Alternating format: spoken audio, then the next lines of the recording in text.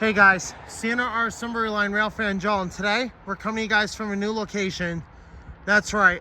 Today we are documenting more of the Scranton Binghamton and Montrose Railroad, which ran from Scranton, Pennsylvania up to Binghamton, New York, and they also had connections with Lake Winona. So we'll have to see if we can find where the original road beds were, and we'll try to document them as much as possible. So we're going to start off here. Unfortunately, I do not know if there was a station back that way or not.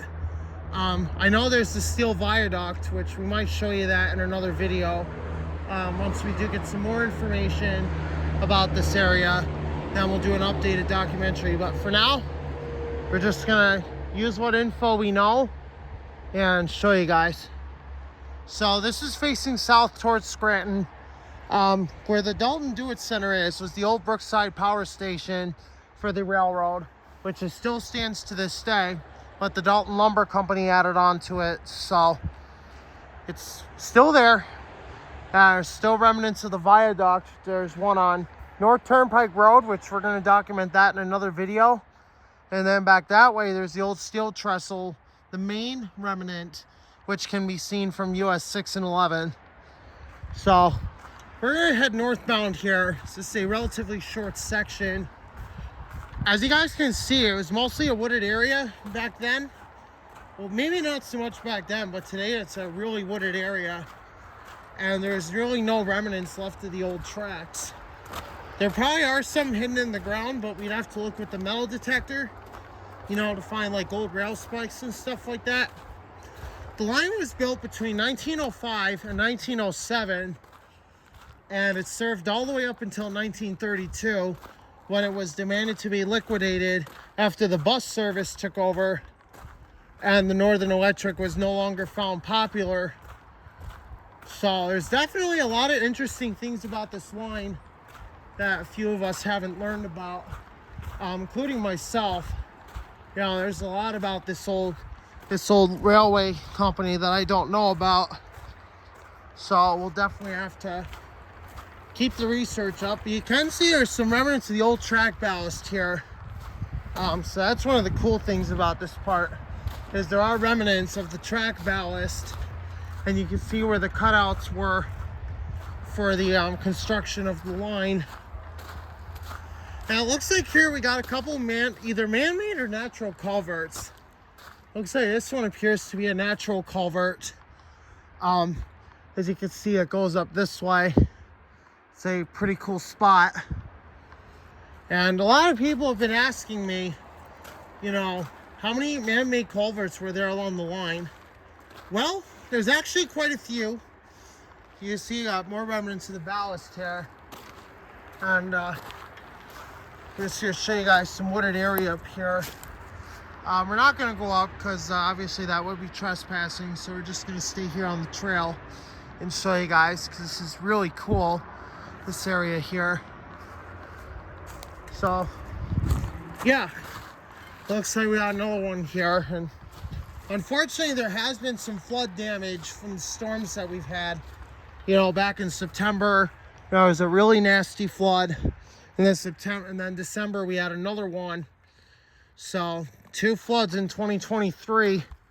It's pretty cursed, isn't it? You can see some of the storm damage here.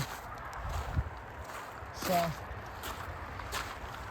yeah, you can see here cutting some trees down and stuff. This is one of the completed parts of the trail where they converted the old road bed into a walking trail, which I thought was pretty cool. See, we got some more natural culverts here, and looks like a little drainage ditch down that way. You can see this mostly wooded area.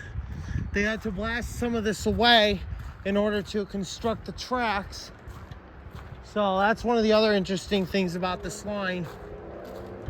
If we come further up here, we can see what looks like some old remnants. I'm not exactly sure what these would have been, but it looks like where they were doing some blasting back in 1904. Now we're gonna take a look on these rocks here and see if we can find any where the old drill holes would have been, where they would drill to put the TNT in. So we're gonna take a look here. Now looks like we're not gonna find any of that. Looks like we do have some fern growing on there. We got lots of moss. So definitely a pretty cool area. Like I said, not much is known about this, and even I don't know too much about it. But I figured we'd document it anyway with what knowledge we do have and show you guys a little bit. Looks like we got some fungi growing on the rocks here. You can see this is all blasted away in order to put the track bed down. So that's one of the really cool parts about this. Lots of rock faces here that have been blasted. Because before the construction of this line, this was all just mountains and woods.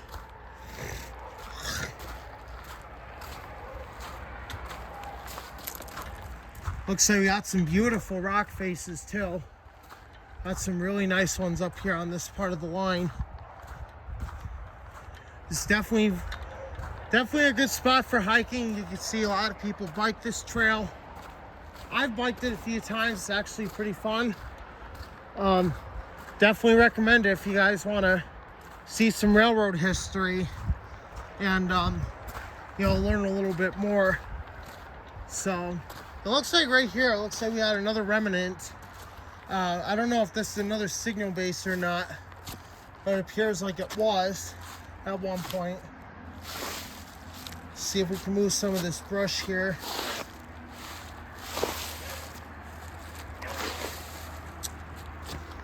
Yeah, so apparently it looks like this may not have been a signal mast. This may look like a small platform or something. So I'm not exactly sure what this is. But based on what we just uncovered here, it looks like this is a small little platform of some sort.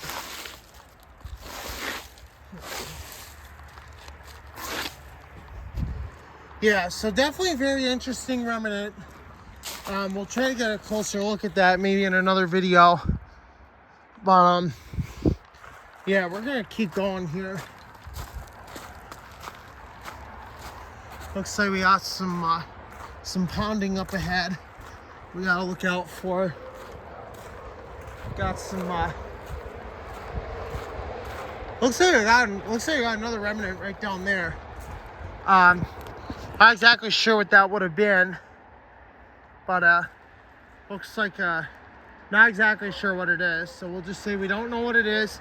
It's a remnant, and as soon as we find out more, like I said, we are going to have an updated documentary video for you showing how much things have changed since from 1905 to 1932 and to the modern era, to modern day 2024.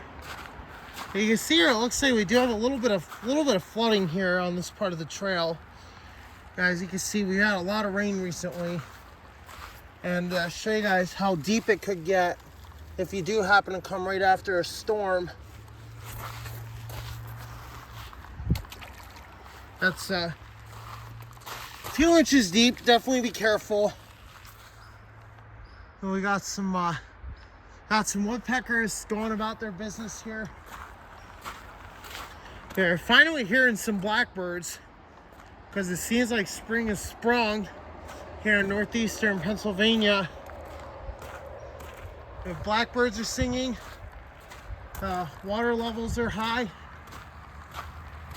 Looks like here we got another interesting remnant up by the resting spot here.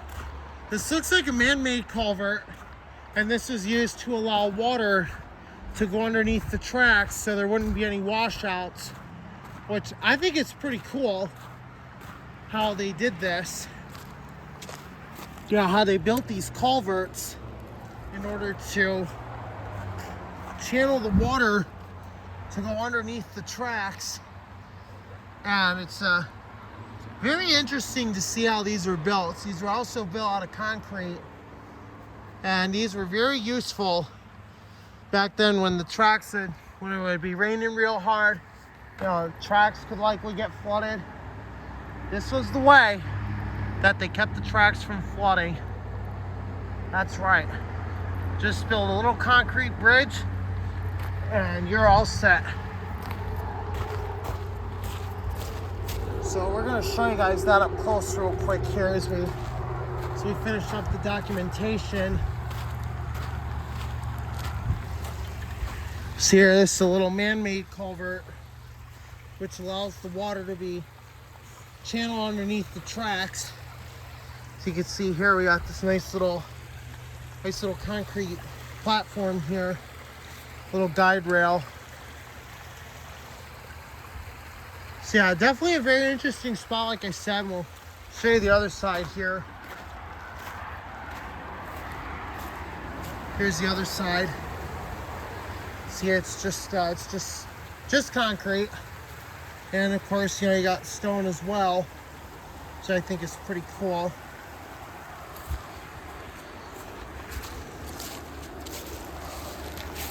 You guys can see the supports there.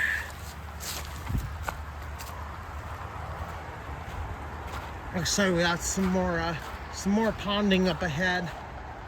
Definitely want to be careful if you're out here after a rainstorm or out here after heavy rain, you know, because it could get pretty muddy and dangerous depending on where you're at. So that's gonna do it for this video.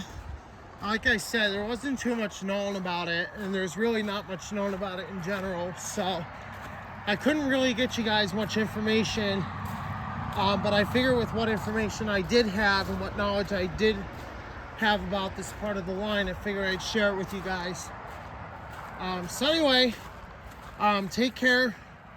You know, if you guys have any other information that you know about the line, you want to put in the comments below, please feel free to do so.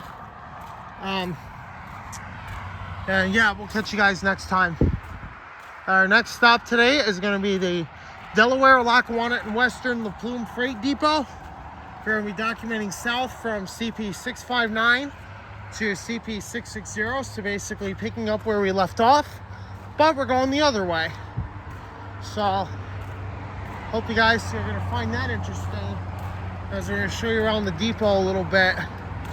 Yeah, we'll catch you. Maybe we'll even catch a train. Who knows? So if the northbound hadn't run through yet today, there's a good chance we're going to catch it. Thank you for watching. Like I said, if you have any questions, comments, put them in the comments box down below, and we'll catch you guys next time.